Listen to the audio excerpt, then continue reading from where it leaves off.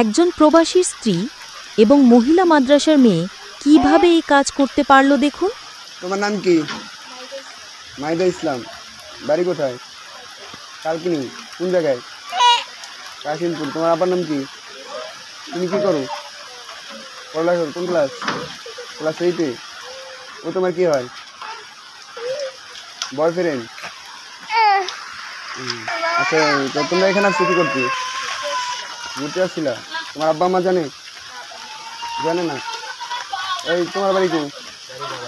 ভবানীপুর। কোন বাড়ি? তোমার আব্বার নাম কি? জলিল সর্দার। তোমার কি হয়? গার্লফ্রেন্ড? তো এখানে আসছো ঘুরতে?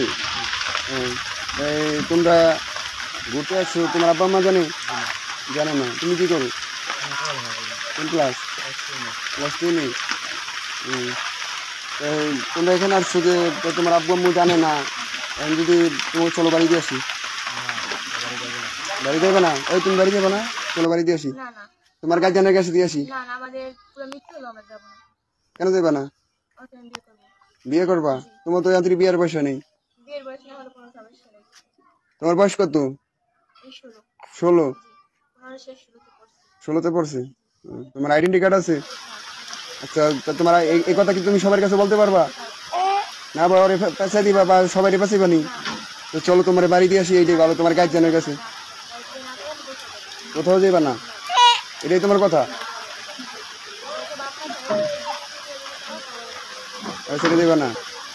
আচ্ছা, তোমার মা যদি প্রশাসন নিয়ে আসে? প্রশাসন তো অনেক ছাড়বো না, তখন কি করবা? আর কোনো সমস্যা নেই? আর তো আন্তরিক বিয়ার পয়সা নেই।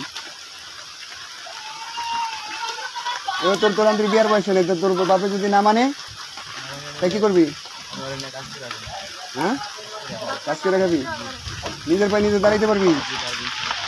এর চেয়ে ভালো চল, তোকে দিয়ে আসি। হ্যাঁ, তোর আব্বা আম্মা আসতেছে নিতে, তোকে দিয়ে আসি, চল। যাবি না? বুঝিস?